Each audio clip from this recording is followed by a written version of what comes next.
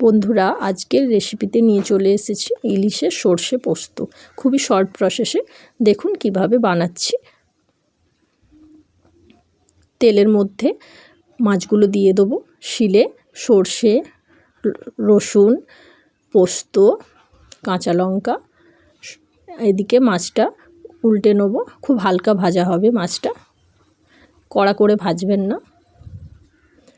মশলাটা বেটে নেব। মশলা বাটা রেডি।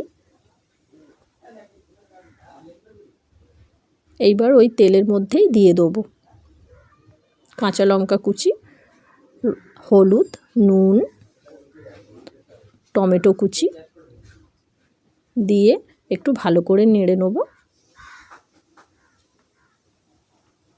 অর্ধেক মাছটা সেদ্ধ হয়ে গেছে, আর একটু হলেই হয়ে যাবে বন্ধুরা, কমপ্লিট আজকের রেসিপি। এবার ওপর থেকে একটু সর্ষের তেল ছড়িয়ে দেবো। খুবই সুন্দর খেতে হবে বন্ধুরা, আপনারাও এই শর্ট প্রসেসটা অ্যাপ্লাই করুন, খুবই ভালো লাগবে খেতে। আজকের মতো টাটা।